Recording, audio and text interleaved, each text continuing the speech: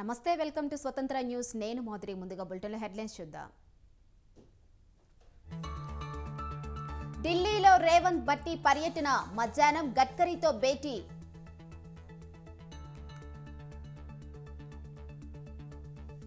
వైఎస్ఆర్ కళ్యాణమస్తు షాదీ తోపా నిధులు విడుదల, వధూవరుల తల్లుల ఖాతాల్లో జమ.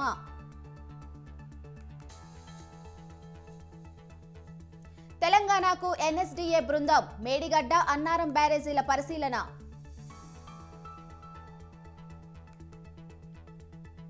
నేడు ఏపీలోని పలు విద్యా సంస్థలు ప్రారంభం, వర్చువల్గా ప్రారంభించనున్న మోదీ.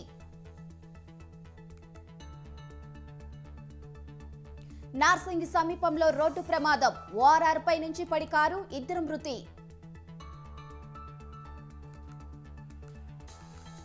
రేపటి నుంచి 4 రోజుల పాటు మేడారం జాతర, నేడు మేడారానికి పగడ్తరాజు జంపన్న పయనం.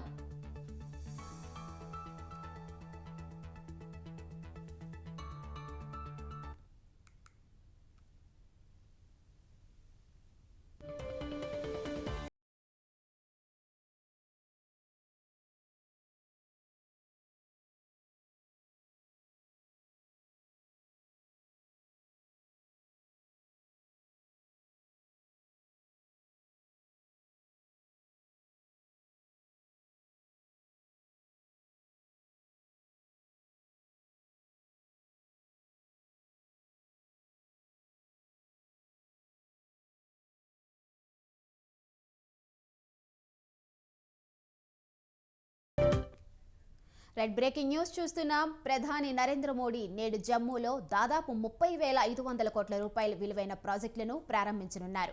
ప్రధాని రాక సందర్భంగా జమ్మూ నగరంలో హై అలర్ట్ ప్రకటించారు. వీక్షిత్ భారత్ వికసిత్ జమ్మూ కార్యక్రమంలో భాగంగా జమ్మూ కాశ్మీర్లో రైల్వే, విమానయానం, రోడ్లు, విద్య వంటి పలు రంగాల అభివృద్ధి ప్రాజెక్టులను ప్రధాని ప్రారంభిస్తారు. జమ్మూ కాశ్మీర్లో 1,500 మంది ప్రభుత్వ ఉద్యోగులకు నియామక పత్రాల పంపిణీ మరో ముఖ్య కార్యక్రమం. లబ్ధిదారులతో ప్రధాని స్వయంగా సంభాషిస్తారు.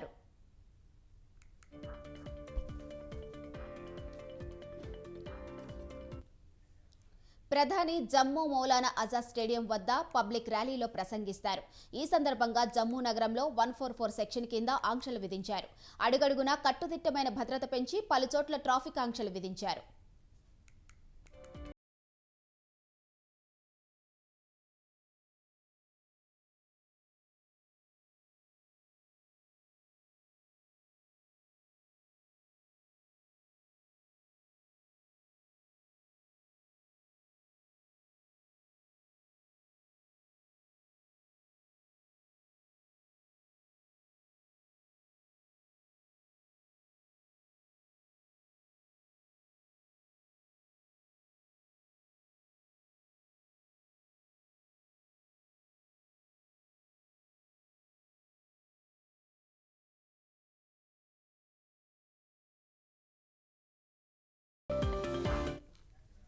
రైట్ బ్రేకింగ్ న్యూస్ చూస్తున్నాం.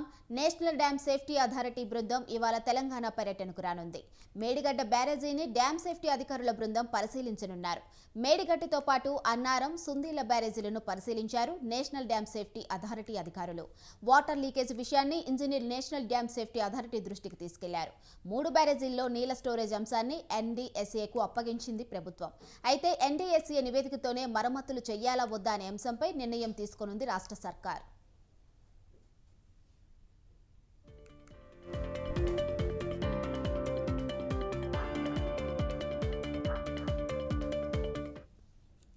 ఇక ఇప్పటికే స్టోరేజ్ వాటర్ రిలీజ్ చేయాలని ఎన్డీఎస్ఏ సూచించింది.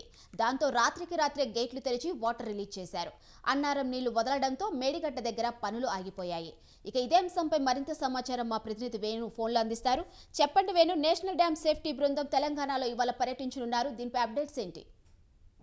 ఇవాళ రాష్ట్రానికి నేషనల్ డ్యామ్ సేఫ్టీ అథారిటీ బృందం రానుంది. ముఖ్యంగా ఏదైతే ప్రభుత్వం ఈ మేడిగడ్డ బ్యారేజ్ విషయంలో ఒక్కసారిగా కుంగిపోవడం, అక్కడ నుండి అలాగే Annaram pump house, Annaram bridge వద్ద వాటర్ భూమిలోకి ఇంకి మరొక చోట ఇలా బయటకు రావడం, ఇలాంటి అంశాలపై సీరియస్ గా దృష్టి సారించిన రాష్ట్ర ప్రభుత్వం ఇక నేషనల్ డ్యామ్ సేఫ్టీ అథారిటీకి ఈ డ్యాంలన్నీ కూడా తనిఖీ చేయాలని చెప్పి కోరడం జరిగింది. దీంతో ఈ రోజు రాష్ట్రానికి నేషనల్ డ్యామ్ సేఫ్టీ అథారిటీ బృందం రానుంది. అన్నారం బ్యారేజీని పరిశీలించనుంది. ముఖ్యంగా ఈ డ్యామ్ సేఫ్టీ అధికారులు వాటర్ లీకేజ్ విషయాన్ని నేషనల్ డ్యామ్ సేఫ్టీ అథారిటీ దృష్టికి రాష్ట్ర ఇంజనీర్లు తీసుకువెళ్లారు.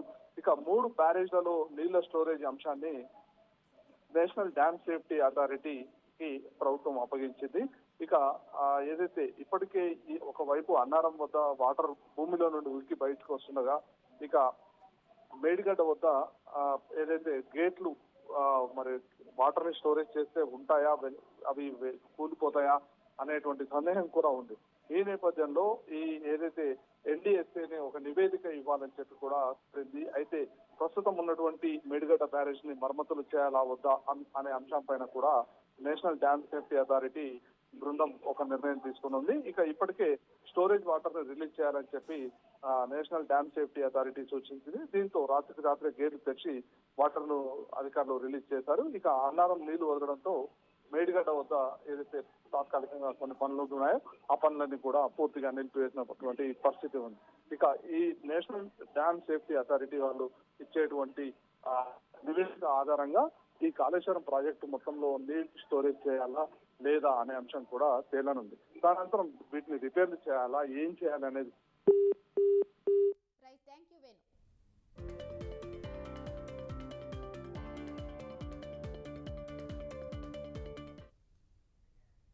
రాప్తాడు సభకు జనాన్ని తరలించేందుకు వైసీపీ నేతలు ప్రజలకు ఏం చెప్పారు?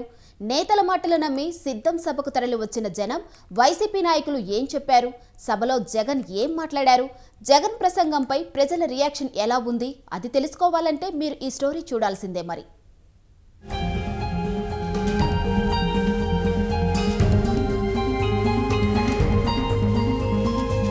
ఏపీ సీఎం జగన్ ఎన్నికలకు కార్యకర్తలను సన్నద్ధం చేసేందుకు సిద్ధం పేరుతో భారీ బహిరంగ సభలు నిర్వహిస్తున్నారు. విశాఖ జిల్లా భీమిలి, ఏలూరు జిల్లా దెందులూరు నియోజకవర్గాల్లో సభలు పూర్తి చేశారు జగన్. తాజాగా అనంతపురం జిల్లా రాప్తాడు నియోజకవర్గంలో సిద్ధం పేరుతో భారీ బహిరంగ సభను నిర్వహించారు. రాయలసీమ ఉమ్మడి 4 జిల్లాల నుంచి ఈ సభకు పెద్ద ఎత్తున వైసీపీ కార్యకర్తలు, నేతలు తరలివచ్చారు. దాదాపు 10 లక్షల వరకు కార్యకర్తలు ఈ సభకు తరలివచ్చినట్లు వైసీపీ నాయకులు చెబుతున్నారు. గతంలో ఎన్నడూ ఇంత పెద్ద భారీ సభ జరిగిన సందర్భం లేదని పార్టీ వర్గాలు అంటున్నాయి.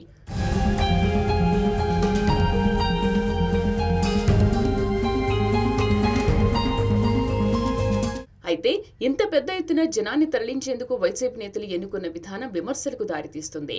సభకు జనాన్ని తరలించేందుకు తప్పుడు ప్రచారం ఎన్నుకున్నారనే విమర్శలు సొంత పార్టీ వర్గాల నుంచే వినిపిస్తున్నాయి. రాప్తాడు సిద్ధం సభలో సీఎం ఎన్నికల మేనిఫెస్టోను ప్రకటిస్తారంటూ కొద్ది రోజులుగా వైసీపీ నేతలు పెద్ద ఎత్తున ప్రచారం చేశారు. అంతేకాకుండా మొదటిసారిగా రైతు రుణమాఫీపై జగన్ ప్రకటన చేసే అవకాశం ఉందంటూ చెప్పుకొచ్చారు. ఒక్కో రైతుకు 1.5 లక్షల రుణమాఫీ చేసే అవకాశం ఉందని, ఈ అంశాన్ని ఎన్నికల మేనిఫెస్టో ద్వారా రాప్తాడు బహిరంగ సభలో ప్రకటించబోతున్నారంటూ పార్టీ క్యాడర్కు, రైతులకు ఆశలు కల్పించింది అధికార పార్టీ. ఇంకా డ్వాక్రా రుణమాఫీతో పాటు ఇతర కీలక అంశాలకు సంబంధించిన మేనిఫెస్టోను సీఎం ప్రకటిస్తారంటూ పదే పదే ప్రచారం చేశారు.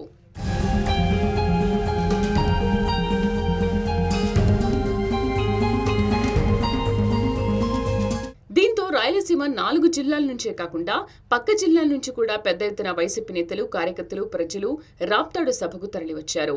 వైసీపీ సార్వత్రిక ఎన్నికల మేనిఫెస్టో ఎలా ఉండబోతోంది, ఏ అంశాలు ప్రకటిస్తారు అంటూ ఎంతో ఆసక్తిగా ఎదురు చూశారు జనం. కానీ జగన్ తన ప్రసంగంలో ఎక్కడా కూడా వచ్చే ఎన్నికలకు సంబంధించిన మేనిఫెస్టోపై ప్రకటన చేయలేదు. రైతు రుణమాఫీ అంశానికి సంబంధించి కనీస ప్రకటన కూడా చేయలేదు. దీంతో సభకు వచ్చిన వైసీపీ కార్యకర్తలు, ప్రజలు తీవ్ర నిరాశ చెందారు. కేవలం రాప్తాడు సభను విజయవంతం చేయడం కోసమే మేనిఫెస్టో అంటూ నేతలు తప్పుడు ప్రచారం చేశారని ఏపీ ప్రజలు మండిపడుతున్నారు.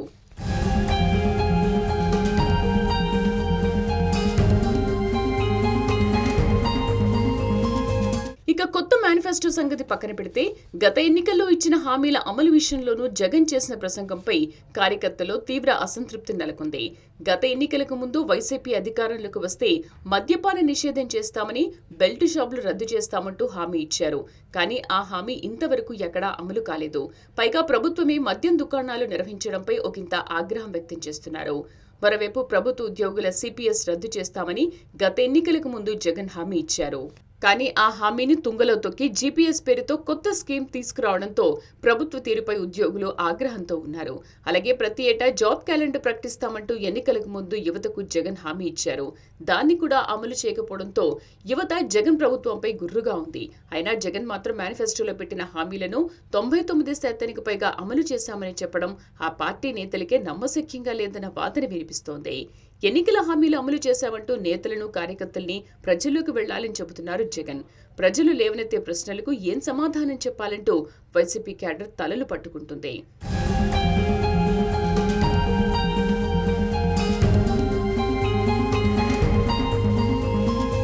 మొత్తం మీద సిద్ధాంత్ సభలను విజయవంతం చేయడం కోసం వైసీపీ నేతలు మేనిఫెస్టోని అబద్ధాన్ని ప్రచారం చేశారనే వాదన రాప్తాడు సభ తర్వాత వినిపిస్తోంది.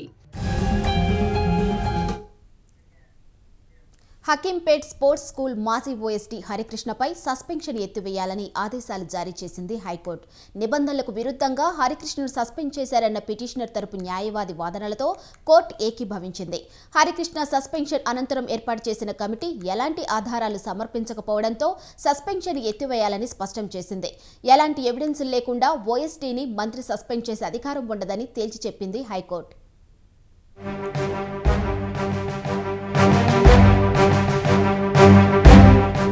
హకీంపేట స్పోర్ట్స్ స్కూల్ మాజీ ఓఎస్డీ హరికృష్ణకు హైకోర్టులో ఊరట లభించింది. గతేడాది ఆగస్టులో హకీంపేట్ స్పోర్ట్స్ స్కూల్లో ఓఎస్డీ హరికృష్ణ విద్యార్థులపై లైంగిక వేధింపులకు గురి చేశాడనే ఆరోపణలు వచ్చాయి. దీంతో ఈ ఘటనపై చర్యలు తీసుకోవాలని ఎమ్మెల్సీ కవిత ట్విట్టర్ ద్వారా మంత్రి శ్రీనివాస్ గౌడ్ని కోరడంతో ఓఎస్డీ హరికృష్ణను సస్పెండ్ చేశారు మంత్రి. అయితే తనపై నిరాధారమైన ఆరోపణలు చేసి తనను సస్పెండ్ చేశారని హైకోర్టులో హరికృష్ణ పిటిషన్ దాఖలు చేశారు. సస్పెన్షన్ అనంతరం వేసిన కమిటీ విచారణలో ఆరోపణలు రుజువు కాకపోవడంతో హరికృష్ణ సస్పెన్షన్ ఎత్తివేస్తున్నామని హైకోర్టు తెలిపింది.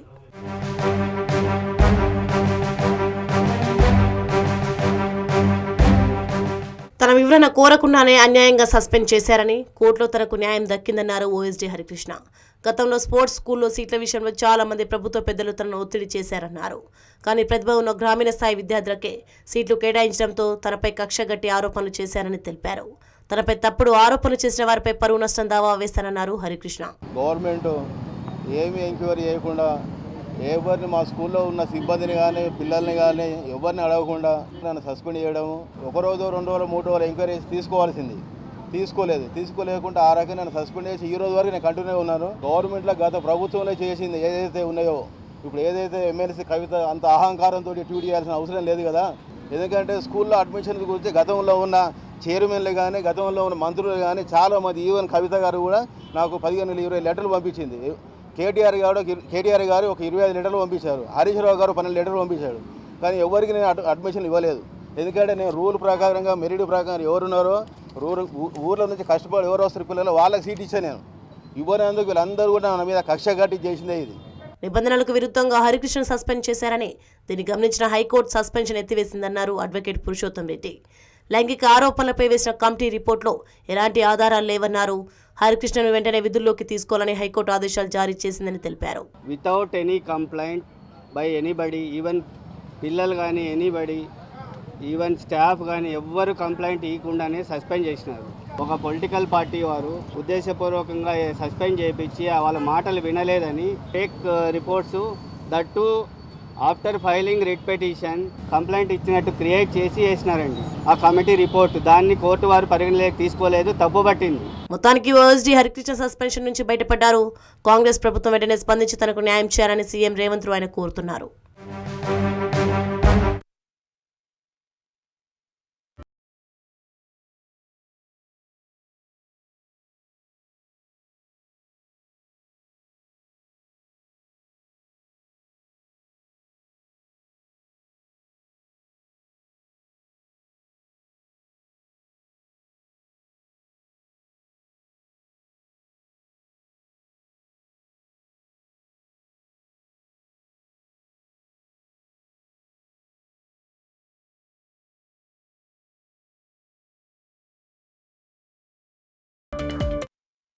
రైట్ బ్రేకింగ్ న్యూస్ చూస్తున్నాం. హైదరాబాద్ ట్రైబల్ వెల్ఫేర్ అధికారి జ్యోతి ఇంట్లో ఏసీబీ సోదాలు నిర్వహిస్తున్నాయి. నిన్న లంచం తీసుకుంటూ జ్యోతి ఏసీబీ అధికారులకు పట్టుబడ్డారు. ఆమె ఇంట్లో జరిపిన సోదాల్లో 65 లక్షల నగదు స్వాధీనం చేసుకున్నారు. జగజ్యోతి ఇంట్లో 2.5 కిలోల బంగారు ఆభరణాలు స్వాధీనం చేసుకున్నారు. బిల్లులు మంజూరుకు గుత్తేదారుల నుంచి 84,000 లంచం తీసుకుంటూ ఉండగా అధికారులు ఆమెను రెడ్ హ్యాండెడ్గా పట్టుకున్నారు. ఇంట్లో సోదాల అనంతరం జ్యోతిని అరెస్టు చేసి చెంచల్గూడ జైలుకు తరలించారు. ఇక ఇదే సమాచారంపై సమాచారం ఉషా ఫోన్లో అందిస్తారు. చెప్పండి ఉషా.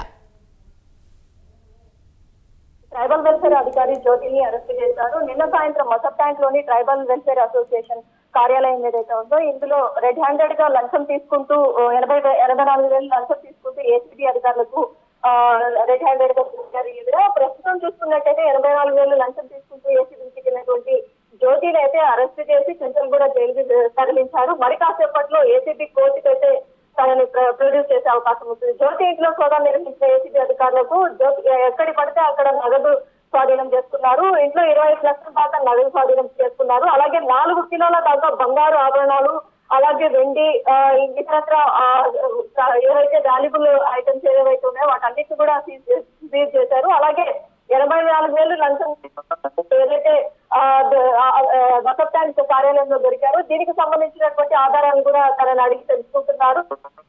అరెస్ట్ చేసినటువంటి ఏసీబీ అధికారులు మరి కాసేపట్లో ఏసీబీ కోర్టులో అయితే ప్రొడ్యూస్ చేసే అవకాశం ఉంటుంది. దీనికి సంబంధించి ఆదాయానికి మించి ఆస్తులకు సంబంధించి మొత్తం ఆదాయ పన్ను శాఖకు ఈవిడ ఎంత చెల్లించారు, అలాగే గతంలో ఏమైనా అలిగేషన్స్ ఉన్నాయా, అన్ని కోణాల్లో కూడా ఏసీబీ అధికారులు తనని ఇన్వెస్టిగేషన్ చేసే అవకాశం ఉంటుంది. కాబట్టి ఏసీబీ కోర్టు అనుమతి తీసుకొని ఏసీబీ అధికారులు దర్యాప్తుకైతే ముందుకు వచ్చే అవకాశం ఉంటుంది. ప్రస్తుతం చూసుకున్నట్టయితే జ్యోతిని అరెస్ట్ చేసినటువంటి పోలీసులు నిన్న సాయంత్రం మెజిస్ట్రేట్ ముందు హాజరుపరిచి చెంచల్గూడ జైలుకి అయితే తరలించారు. చెంచల్గూడ జైలు నుంచి ఈ రోజు ఏసీబీ కోర్టులో ఏసీబీ అధికారులు కస్టడీకి కావాల్సిందిగా పిటిషన్ వేసుకునే అవకాశం ఉంటుంది.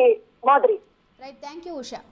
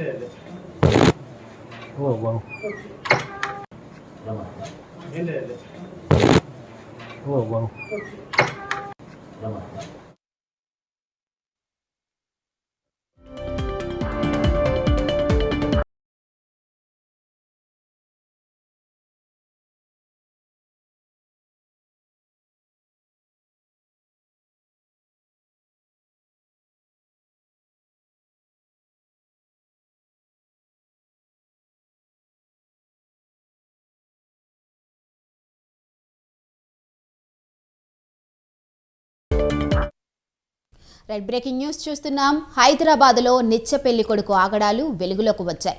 భార్య బతికి ఉండగానే చనిపోయిందని మరో పెళ్లి చేసుకున్న అమరేందర్ లీలలు ఒక్కొక్కటిగా బయటపడుతున్నాయి. అతను హైకోర్టులో న్యాయవాదిగా చలామణి అవుతున్నట్టుగా గుర్తించారు.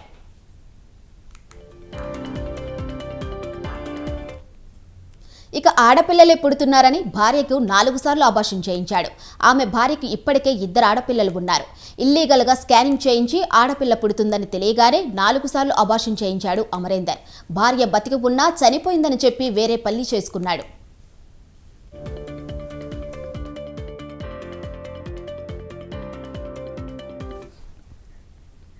మంత్రి కొండా సురేఖ డెంగ్యూ ఫీవర్తో బాధపడుతున్నారు. తన అనారోగ్యం కారణంగా ప్రజల్లోకి రాలేకపోతున్నారని చెప్పారు. ఇంట్లోనే గ్లూకోజులు, యాంటీబయాటిక్స్ ఎక్కిస్తున్నారని అన్నారు. ప్రజలు తన పరిస్థితిని అర్థం చేసుకుంటారని ఆశిస్తున్నట్లు వీడియో ద్వారా తెలిపారు మంత్రి కొండా సురేఖ. అందరికీ నమస్కారం. గత వారం రోజులుగా నేను ప్రజల్లో కనపడకపోవడం, అసెంబ్లీకి రాకపోవడం, అందరూ కూడా ఎందుకు రావట్లేదని ఒక సందిగ్ధంలో ఉన్నారు.